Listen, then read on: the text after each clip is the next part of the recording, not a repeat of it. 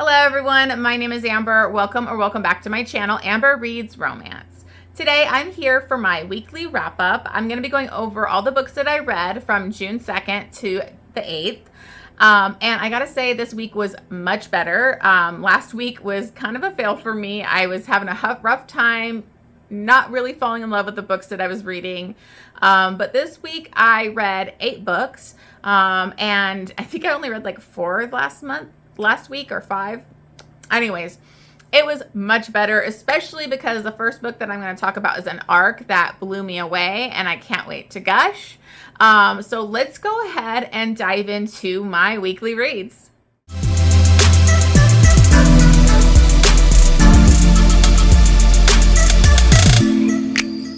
Okay, so before I get started on my reads for this week, I do want to say thank you for tuning in and supporting my channel. If you haven't already, please make sure you hit that subscribe button. Also, leave me a comment, even if it's an emoji, anything. Any of that really helps out my channel. And don't forget to like the video. But let's go ahead and dive into my reads from this week. Okay, I gotta start off with one that I want to gush about, and I'm so excited about it. So I actually got on Victoria Lum's ARC team. She's been so nice, like from a couple of her ARCs that I received, like through, I think Gray's promo, I believe I got them before. And she like messaged me on Instagram. And so I actually signed up for her ARC team, and I'm so happy I did. She's very nice and like reaches out to her fans, and it's just amazing. So anyways, this is the arc that I got. This is for When Hearts Collide, and this is the second book in her Orchid series. Now, I haven't read all her other previous books, and now I really want to, because a lot of these books from, like, there's a LA series. This one's kind of set in New York, the Orchid. And the Orchid is this really special kind of club where it's like high clientele, and they offer things for the specific clientele that's private and some sex clubby type of stuff, but also like fine dining and places to meet. And so it's just a really cool kind of atmosphere. So that's something that's kind of brought up the Orchid throughout this series. Anyways, so this book is actually a student-teacher romance, but also billionaire romance. So this is between Ryland Anderson and Millie. Ryland Anderson is basically the COO and like the face of the company, of his family's company.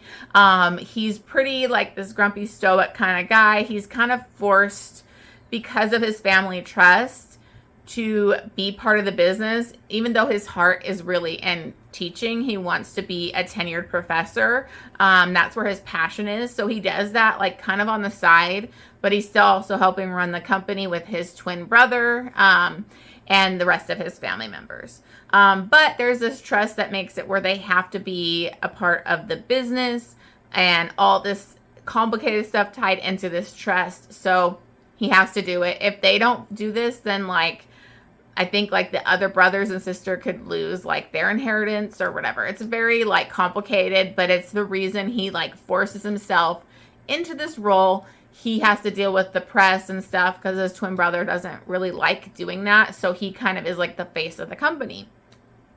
Anyways, he is basically, that's set in New York, but in this book, we start out in LA because he's actually a professor in LA. You know, he doesn't do it full time. It's kind of like a part-time gig. And he happens to be the teacher in Millie's class. Millie is a sister of a character in the LA series. So I want to read those books because, you know, her brother is in that. Her brother happens to be like a huge self-made billionaire, kind of like huge guy, and he's intimidating.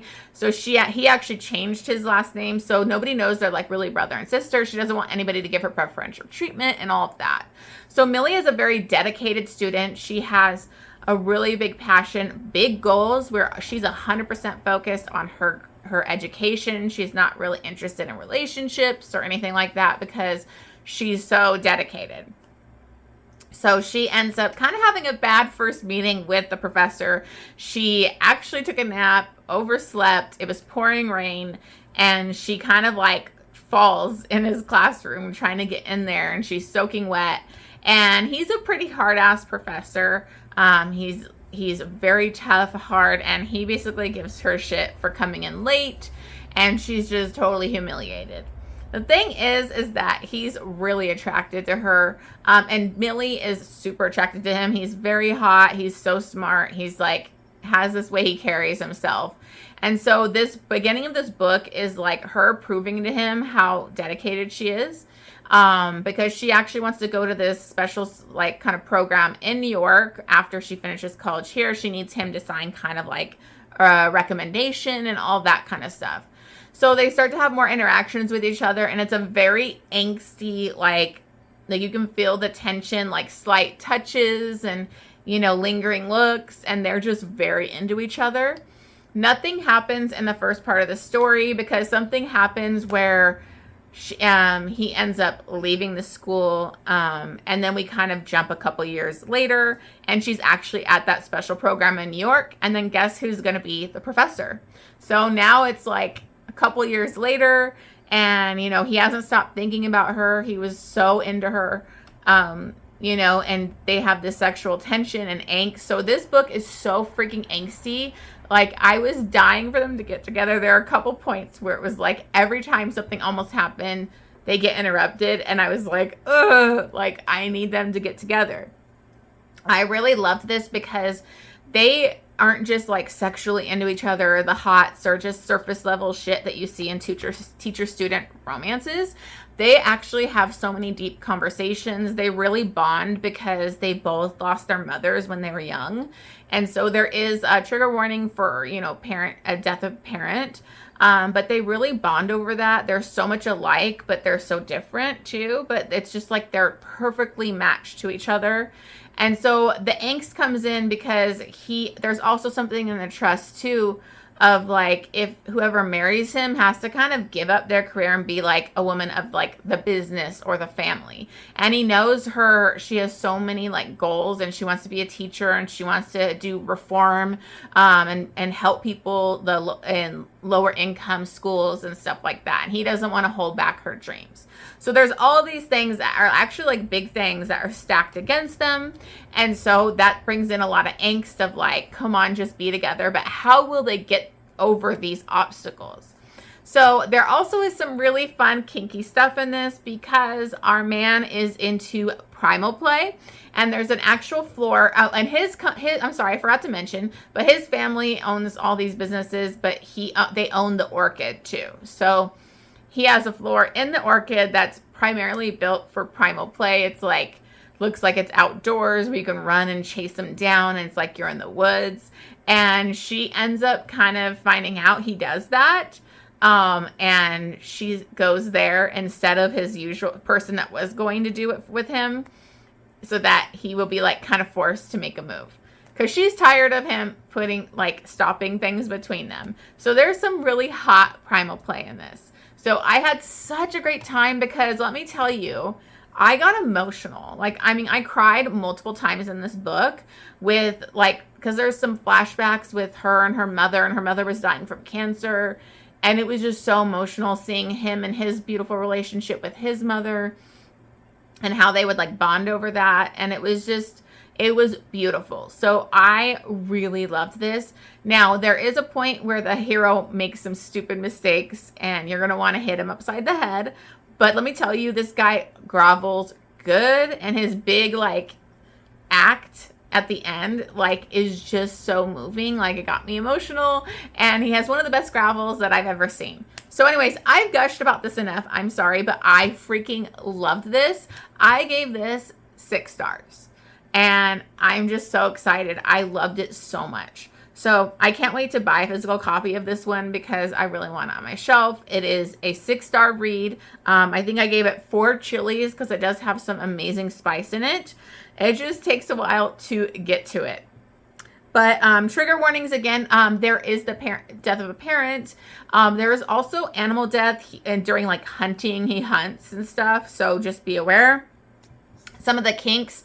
Again, we have primal play, spanking, breath play, and then, they do use toys, which was great. And then some butt stuff, of course. So I absolutely loved this, and I'm so excited to be a part of Victoria's ARC team. And I would definitely check her out if you haven't already. I just discovered her this year, so I'm loving it. Okay, so then I read Lauren's Barbarian. I am trying to catch up with the spin-offs from Ice Planet Barbarians because I realized when I got to like the Christmas one, I don't remember which number it was, but there was all these side characters. I didn't even know who they were. So that has been my goal, to catch up on those to get in the current timeline of where we're at. So this is actually the first book in the Ice Home series. And I really love this. It's a spin-off of Ice Planet Barbarians, but you have some of the Ice Planet Barbarian characters in the beginning of the story, because they had this spaceship that, you know, these slavers were kind of landed on their planet. And so they found all these other humans that were in pods. So they opened it up and everything. So Lauren is one of those people, and they are actually going to go, like, they need to kind of destroy the spaceship and sink it, because they don't want any of these slavers like finding them. And it's too dangerous for them to let the people go home, because then it would bring people to their planet, etc. So they're about to go destroy it in the water and stuff. Something goes wrong, and Lauren kind of gets abandoned with another girl, and they're kind of stuck out in the ocean. But they kind of get picked up by these other aliens, and they're a little different from the Ice Planet Barbarians. Qatar, I think that's his name. Yes, Qatar actually has 4 arms, which was interesting. But he's not with the Ice Planet Barbarians, and they show up on this island that's hot. So it's on this ice planet, but there's this hot island, and it ends up being on a volcano, which, you know, Lauren can tell it's still active, and they think it was like a long time ago. It was a bad reaction and bad thing happened, but it's not going to happen again. But there's a huge language barrier. Like, they don't like the other aliens, they've all got that implant or the thing done so they can know each other's language, but she can't communicate with him very well. But basically he takes her, and this other alien that was like from a different clan took her friend. And so they end up kind of like going off with his crew. He really has like a small tribe. They've all been kind of like starving, and like things have not gone well. And so she starts this kind of like, even though they can't communicate, they do. I love that language barrier. They start to communicate, and of course they resonate. And so she starts to kind of get the hots for her alien man here. And then it's, we need to get these aliens off this island and get to the other Ice Planet Barbarians, because this island isn't safe. So I really enjoyed this one. I thought it was super cute. I love the language barrier. I liked the introduction of these different clans, and I thought that was really interesting. So I gave this one 4 stars. I did listen to it on Audible Plus, so it is available there if you are interested, and 2.5 chilies. Okay, so the next few books are actually because I decided to finish the Devil's Night series. I have been waiting forever. I loved Kill Switch, which was Damon's book, and I really needed to finish and read Nightfall, but the first 3 were available on Audible Plus, but never the 4th one, and now that one is available on Audible Plus. But also there was 2 novellas. So these are all 3 of the next books are going to be the, you know, that series. So I read Conclave, which is Devil's Night 3.5. This is just a novella in between Kill Switch and Nightfall. And honestly, it was kind of pointless. I don't even see the point of this novella. The only good thing about it is seeing Damon again, because I love Damon. But basically, Will is missing, and they're all kind of trying to figure out where Will is. They all kind of have this conclave on like this yacht out in the ocean, so they can all talk or discuss things.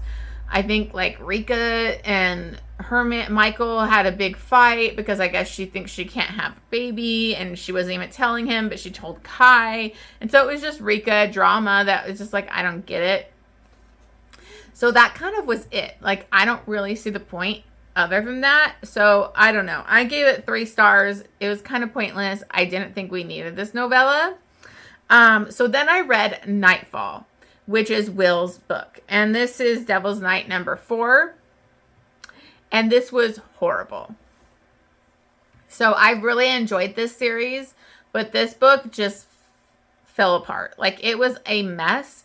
It was so long and boring, and I mean, I just had a lot of issues with it. I thank God I listened to an audiobook, because I probably would have DNF'd it if I was physically reading it, but also I was determined to finish the series, so I actually finished it. So this is between Will and Emery. And of course, like all the other books, we have, flashbacks to Devil's Nights and to see what ended up happening between him and Emery.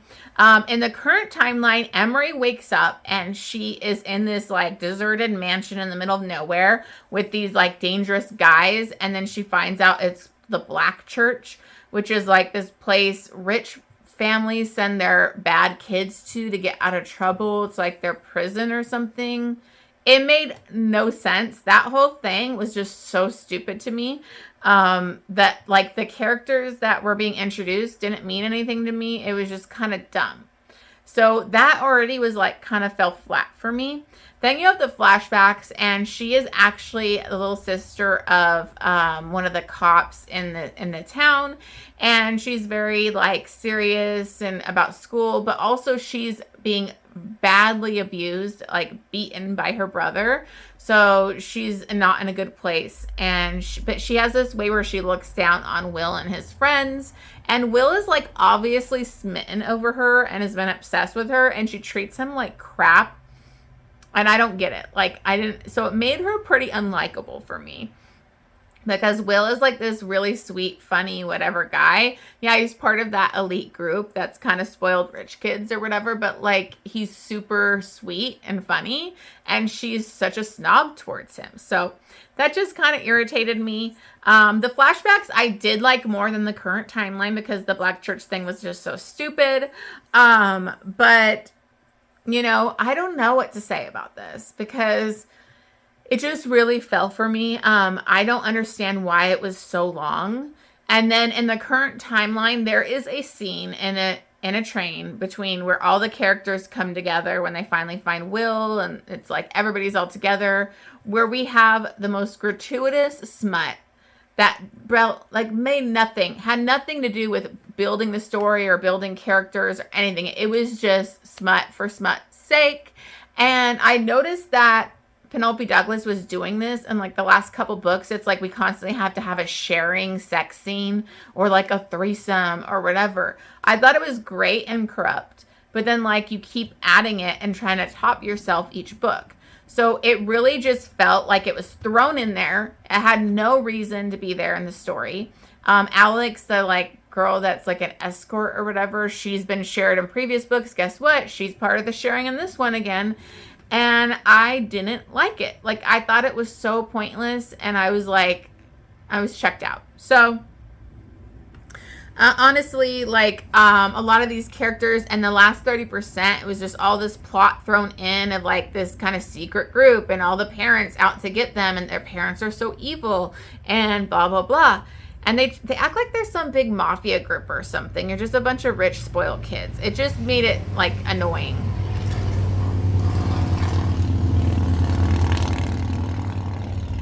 Sorry, we got motorcycles up here on the weekends. Anyways, so I didn't enjoy this. I thought it was way too long, really boring, and it was sad because it was a disappointment for the last book of that series. So I ended up giving this one 2.5 stars and 3.5 chilies. And then I finished it out with Fire Night, which is another novella. This is Devil's Night 4.5. And this is actually set in Christmas. And I was pleasantly surprised with this one because thank God we don't have any sexual sharing in this one.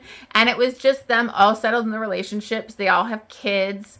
And so it was obviously Penelope Douglas. I think they might have been trying to introduce like a second generation because I think they might do a second generation of the kids in this. So I don't know if they are doing that or not, but I would be interested. I did think the characters were interesting. I love seeing Damon. Again, he's my favorite. Watching him love his woman is just the best. So I ended up giving it 4 stars. That is also available on Audible Plus. Okay, so now on to better things. I finally read King of Greed by Huang, and I loved this book. I think this one may be like her best book that she's written. It is so well done. It's much more mature than her other books.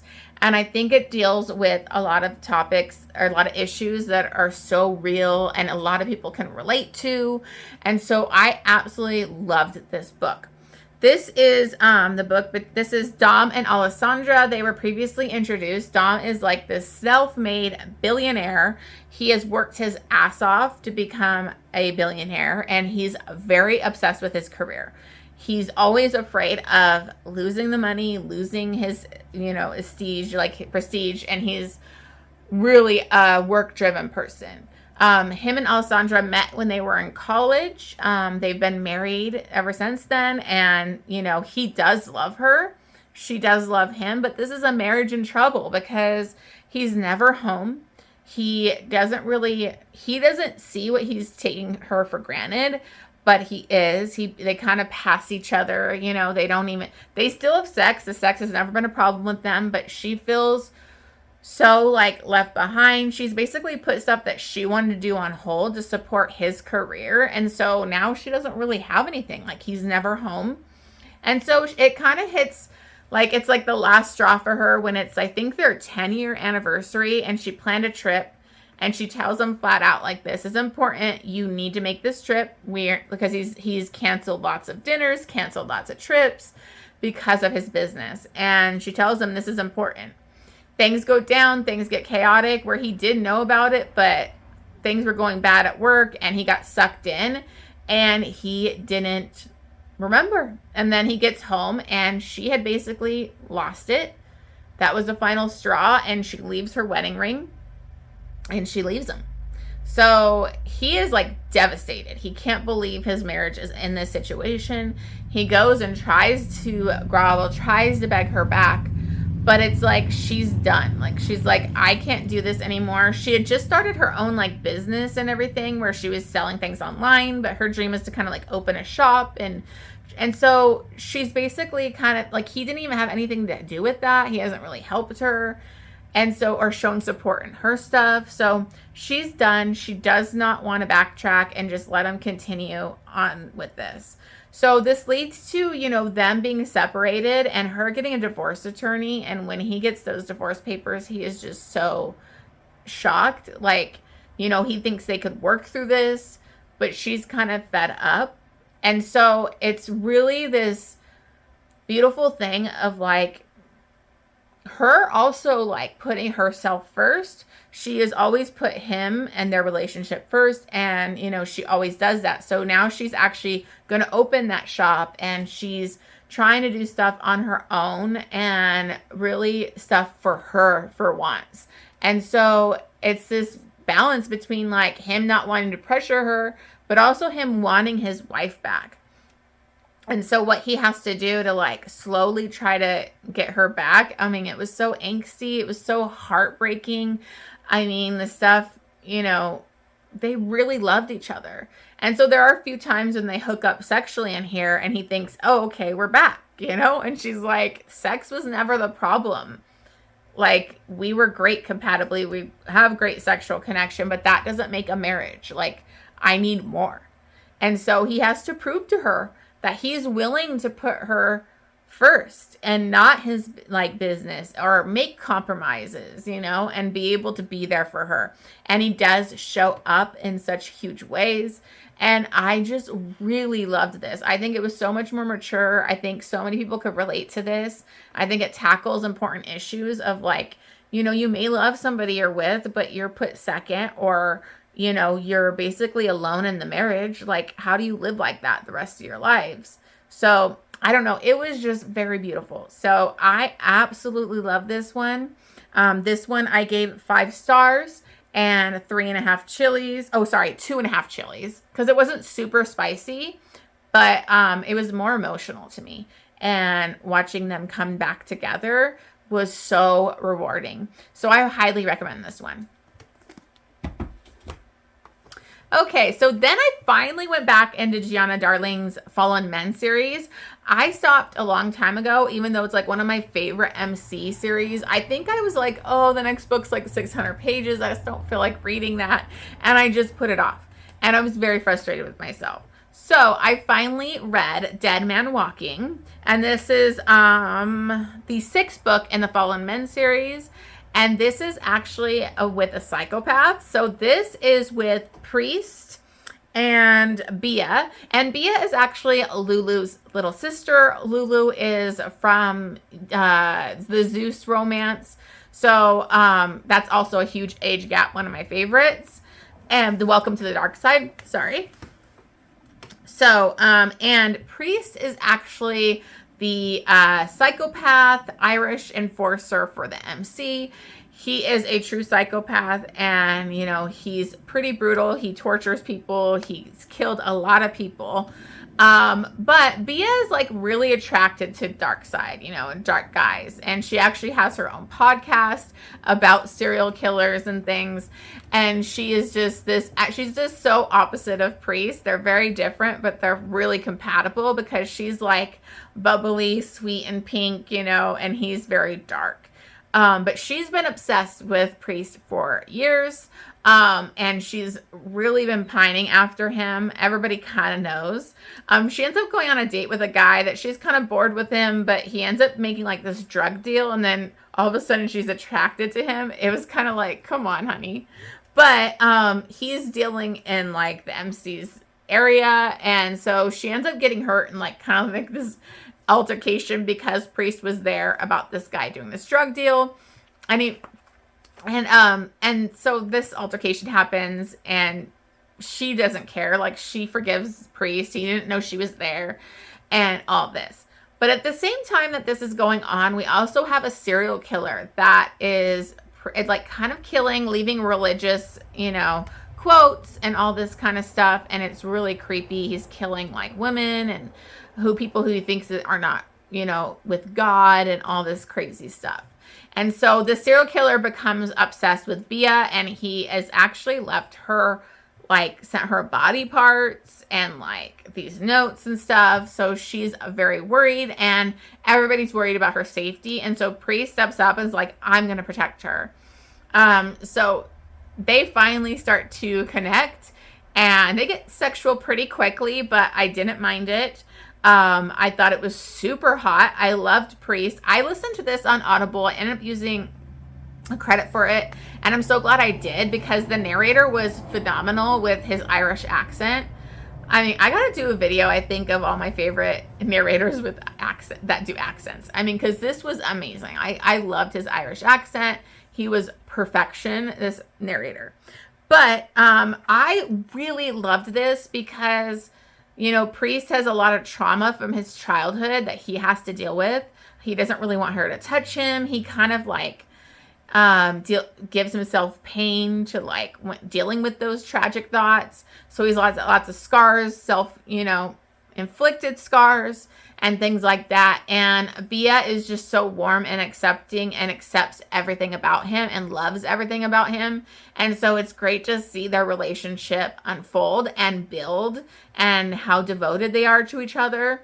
And so I really, really loved it. So I love this book. I actually really liked the whole serial killer. Like, I guessed who it was pretty quickly, but I didn't care because that happens a lot for me. It still didn't detract from the story. I think it was really high suspense, a lot of action going on at the end, and I thought it was really great. So I ended up giving this one 5 stars and then 3.5 chilies. Okay, so the last book that I read was Empire of Sin by Rina Kent. As you know, I am doing my Rina Kent journey, reading her backlist in her reading order. So this is the second book in the Empire series, and this is between Knox and Anastasia. And Knox, I was excited to get to his romance because he is actually kind of like the half-brother to Elsa from the Royal Elite series. And he had been through a lot of trauma with his twin sister when in that series. So you kind of found out then that him and his twin sister were raised by a prostitute, and she would almost like pretty much like pimp out her kids too, which is just horrible. So he's got a lot of trauma from his past.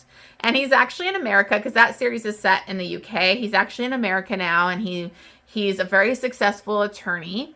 And Anastasia is actually a daughter of a Russian pecan. So it's the Bratva.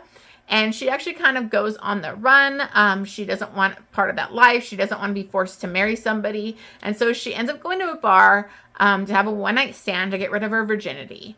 And she has a one-night stand with Knox. And let me tell you, the chemistry and the sex in that one-night stand was super hot. You could feel like it right away. And Knox is into more of like some dominating rough sex, and she was there for it. So I loved it.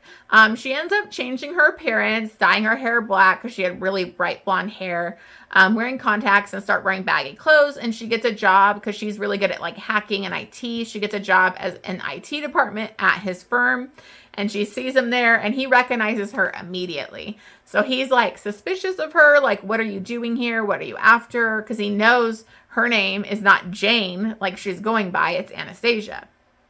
So it kind of has this push and pull dynamic between them, and they start to, of course, get physical again, and they like really start falling for each other and build this like sweet connection. There's a lot more intimate moments in this. The last few books that I read of Rina Kent were just so like not great for me. So this one was a pleasant surprise. I really, really loved it.